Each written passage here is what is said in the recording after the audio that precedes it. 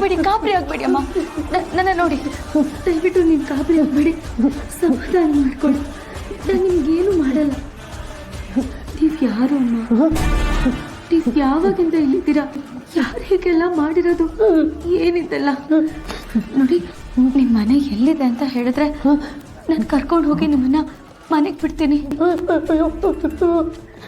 ನೀನಿಂದ ಹೋಗು, ನಿನ್ನ ಹೊರಟೋಗು.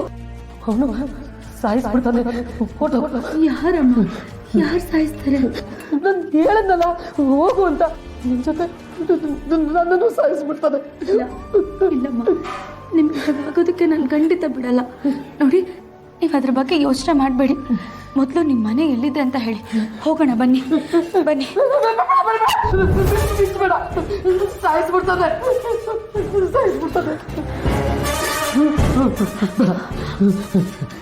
ಇಲ್ಲಮ್ಮ, ಯಾರೂ ಸಾಯಿಸಲ್ಲ. ಅದಕ್ಕೆ ನಾನು ಬಿಡೋದು ಇಲ್ಲ. ಇದು ನಮ್ಮನೆ. ನಿಮ್ಗೆ ಏನಾಗೋದಕ್ಕೂ ನಾನು ಬಿಡಲ್ಲ. ಬನ್ನಿಮ್ಮ, ಹೋಗೋಣ. ಹೋಗು ಅಂತ ಹೇಳದ್ದಲ್ಲಮ್ಮ, ಹೊರಟೋಗು. ಅವನು ಇಲ್ಲೇ ಎಲ್ಲೋ ಇರ್ತಾನೆ. ಇಬ್ಬರು ಸಾಯಿಸ್ಬಿಡ್ತಾನೆ. ನೀನು ಹೊರಟೋಗಮ್ಮ, ಹೊರಟೋಗು. ಅಮ್ಮ, ಯಾರು ಬಂದ್ರು ಏನು ಮಾಡೋಕ್ಕಾಗಲ್ಲ. ಇದು ನಮ್ಮನೆ. ಎಂಥವರೇ ಬಂದ್ರು ಏನು ಮಾಡೋಕ್ಕಾಗಲ್ಲ ಅಮ್ಮ. ನಾನು ಅದಕ್ಕೆ ಬಿಡೋದಿಲ್ಲ. ನೋಡಿ, ಇದೆಲ್ಲ ನಾನು ಬಿಚ್ತೀನಿ. ಬನ್ನಿ, ಹೋಗೋಣ. ಬೇಡ, ನೀನು ಹೋಗು, ಹೊರಟೋಗು.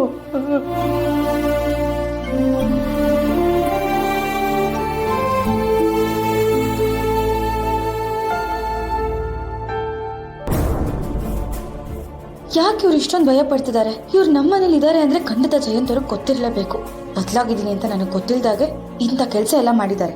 ಇದ್ರಲ್ಲೇ ಗೊತ್ತಾಗುತ್ತೆ ಇವ್ರು ಬದಲಾಗಿಲ್ಲ, ಯಾವತ್ತೂ ಬದಲಾಗಲ್ಲ.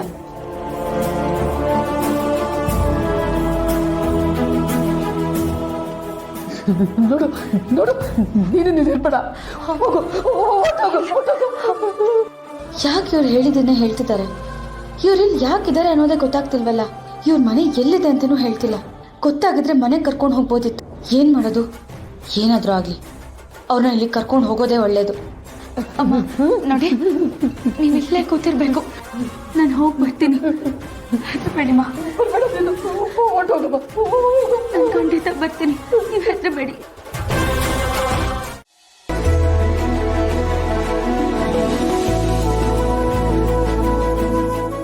ಅತ್ತೆ, ಹೆಂಗೈತೆ ಜಾಗ? ತುಂಬ ಚೆನ್ನಾಗಿದೆ ಕಣೆ. ಹೂ ಕಟ್ಟಕ್ಕೆ, ಹಾರ ಕಟ್ಟಕ್ಕೆ, ಹಾಗೆ ಮಾರ್ಕೆಟ್ ಬೇರೆ ಹತ್ರ ಇದೆ ಅಂತ ಹೇಳಿದ್ಯಲ್ಲ, ಬೇಗ ಹೋಗಿ ಹೂ ಕೂಡ ತಗೊಂಬಂದ್ಬಿಡ್ಬೋದು ಅಲ್ವಾ? ಚೆನ್ನಾಗಿದೆ ಕಣೆ. ಮಾವ, ಜಾಗ ಇಷ್ಟ ಐತೆ? ತುಂಬ ಚೆನ್ನಾಗಿದೆ ಅಮ್ಮ.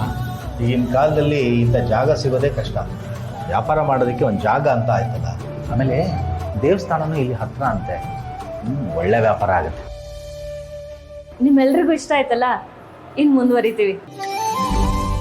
ಚಲ್ವಿ, ಹೇಗೂ ದೇವಸ್ಥಾನ ಇಲ್ಲೇ ಹತ್ರದಲ್ಲಿದೆ ಅಂತ ಹೇಳ್ತಾ ಇದ್ದಾರಲ್ಲ, ನೀನು ಹೂವಿನ ಅಂಗಡಿ ಜೊತೆಗೆ ಚಿಕ್ಕದಾಗಿ ಒಂದು ಗ್ರಂಥಿಗೆ ಅಂಗಡಿನೂ ಶುರು ಮಾಡಿದ್ರೆ ಚೆನ್ನಾಗಿರುತ್ತಲ್ವಾ? ಸ್ವಲ್ಪ ಸಹಾಯ ಆಗುತ್ತೆ ನೋಡಿ. ಹೌದು ವೀಣಾ. ಚೆಲ್ವಿ, ವೀಣಾ ಹೇಳ್ದಾಗೆ ನೀನು ಹೂವಿನ ವ್ಯಾಪಾರ ನೋಡ್ಕೊ, ವೆಂಕಿ ಗಂಧಿಗೆ ಅಂಗಡಿನ ನೋಡ್ಕೊಳ್ತಾನೆ. ಸಾಯಂಕಾಲ ನಿಂದು ಹೂವಿನ ವ್ಯಾಪಾರ ಮುಗಿದ್ಮೇಲೆ ಅವನ ಜೊತೆ ಸೇರ್ಕೊಂಡು ಇಬ್ರು ಮಾಡಬಹುದು ಅಲ್ವಾ? ಆಯ್ತತ್ತೆ, ನೀವು ಹೆಂಗೆ ಹೇಳ್ತಿರೋ ಹಂಗೆ. ನಾನು ಈ ಅಂಗಡಿಗೆ ಬರೀ ಟೋಕನ್ ಅಡ್ವಾನ್ಸ್ ಕೊಟ್ಟಿದ್ದೀನಿ. ನಿಮಗೂ ನೀವಿಬ್ರು ಇಲ್ಲೇ ಇದ್ದೀರಲ್ಲ, ನಿಮ್ಮ ಕೈಲೇ ಅಡ್ವಾನ್ಸ್ ಕೊಡಿಸ್ಬೇಕು. ಒಂದೇ ಒಂದು ನಿಮಿಷ ಹೋಗಿ ಓನರ್ ಅಣ್ಣನ ಕರ್ಕೊಂಡ್ಬಂದ್ಬಿಡ್ತೀನಿ.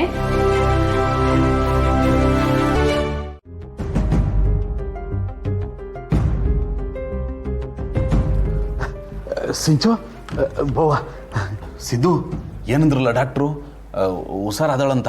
ಹೌದಣ್ಣ, ನಾವೆಲ್ಲ ಅವಳನ್ನ ಚೆನ್ನಾಗಿ ನೋಡ್ಕೊಂಡ್ರೆ ಖಂಡಿತ ಬೇಗ ಹುಷಾರಾಯ್ತಾಳೆ ಅಂತ ಡಾಕ್ಟರ್ ಹೇಳಿದ್ರು. ಅಕ್ಕ ಹೋಗು, ನೀನು ಸ್ವಲ್ಪ ರೆಸ್ಟ್ ಮಾಡೋಗು.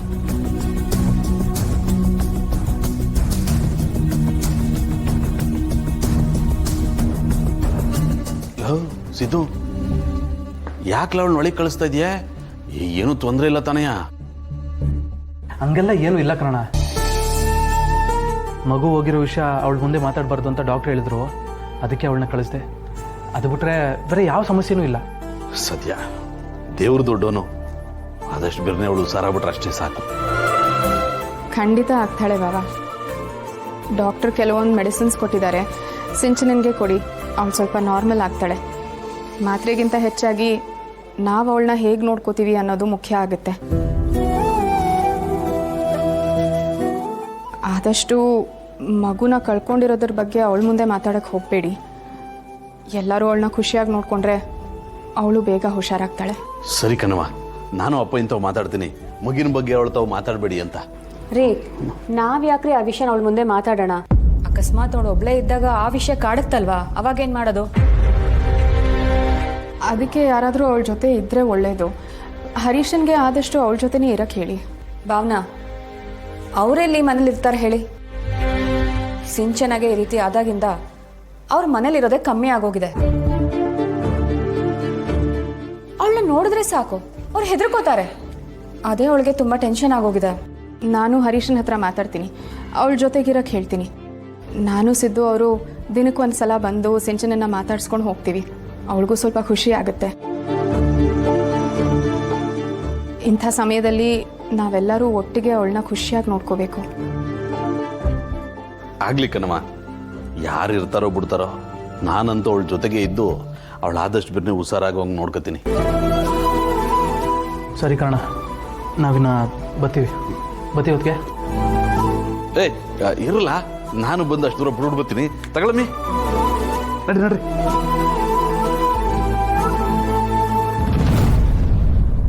ಅದಕ್ಕೆ ನಾನು ಬಿಡ್ಬೇಕಲ್ವಾ? ಅವಳು ಹುಷಾರಾಗೋದಕ್ಕೆ ಚಾನ್ಸೇ ಇಲ್ಲ. ಈಗ ಕೊಟ್ಟಿರೋ ಮಾತ್ರೆಗಳನ್ನ ತಗೊಂಡ್ರೆ ಅವಳು ಹುಚ್ಚು ಇನ್ನೂ ಕೆರಳತ್ತೆ. ಅದನ್ನ ನೋಡಿ ನಿಮ್ಮ ತಲೆನೂ ಕೆಡಬೇಕು.